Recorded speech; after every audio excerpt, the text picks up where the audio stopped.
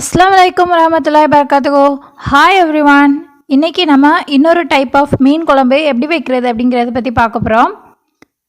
1/4 kilo மீன் எடுத்திருக்கோம். இதில் வந்து புளி, கல் உப்பு சேர்த்து மிக்ஸ் பண்ணி வச்சுருக்கோம்.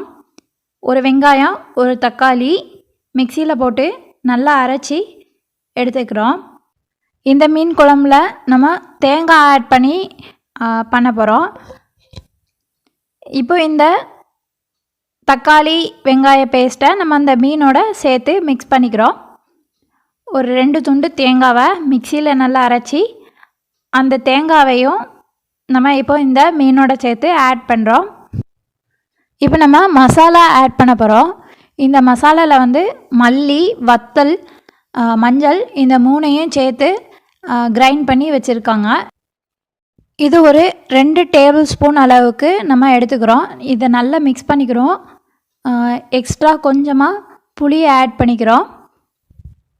புளி தண்ணி கொஞ்சமாக ஆட் பண்ணிக்கிறோம். தேவைக்கு தகுந்தால கூட கொஞ்சம் ஆட் பண்ணிக்கிறோம். ஒரு எலுமிச்சம்பழம் அளவுக்கு புளி எடுத்துருக்கோம். அதுக்கப்புறம் கொஞ்சமாக தண்ணியை மிக்ஸ் பண்ணி நம்ம இந்த மசாலாவை எல்லாம் மீனோட சேர்த்து கூட்டி வச்சுக்கிறோம்.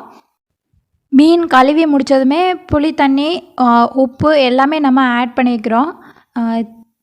உப்பு வந்து தேவைப்பட்டால் கூட கொஞ்சம் நம்ம ஆட் பண்ணிக்கிறோம். இப்போ நம்ம மீன் குழம்பு தாளிக்க போகிறோம். 2 டேபிள் ஸ்பூன் நல்லெண்ணெய் ஆட் பண்ணிக்கிறோம். இப்போ இந்த நல்லெண்ணெய் ஹீட் ஆனதும் இதில் வந்து நம்ம சின்ன வெங்காயமும் கருவேப்பிலையும் நம்ம இதில் வந்து ஆட் பண்ண போகிறோம். இது நல்லா மிக்ஸ் பண்ணிக்கிறோம். வெங்காயமும் கருவேப்பிலையும் நல்லா வந்து வதங்கிடுச்சு. இப்போ நம்ம இந்த ஸ்டேஜில் இதில் வந்து ஒரு ஸ்பூன் அளவுக்கு, ஒரு டீஸ்பூன் அளவுக்கு நம்ம வந்து வெந்தயம் ஆட் பண்ண போகிறோம். வெந்தயம் ரொம்ப நிறைய ஆட் பண்ணக்கூடாது, கசப்பு தன்மை அதிகமாகிடும்.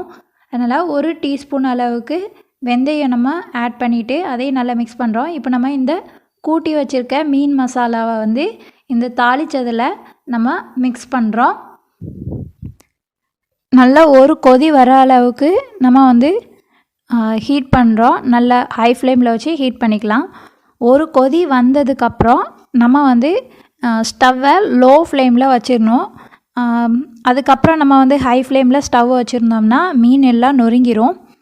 ஸோ நம்ம வந்து ஒரு கொதி வந்ததுக்கப்புறம் லோ ஃப்ளேமில் வச்சு லிட்டு போட்டு மூடி வச்சிடலாம்.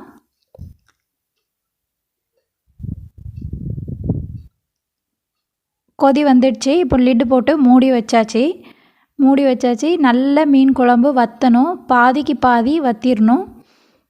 மீன் குழம்பு வற்ற தான் நல்ல டேஸ்ட்டாக இருக்கும். இதில் பாருங்கள், இப்போ மீன் குழம்பு நம்ம வச்சதோட பாதியாட்டு மாறிடுச்சு. சுவையான மீன் குழம்பு ரெடி ஆயிடுச்சு. அவ்வளோதான். இப்போ ஆஃப் பண்ணிடலாம். தேங்க்யூ. தேங்க்ஸ் ஃபார் வாட்சிங்.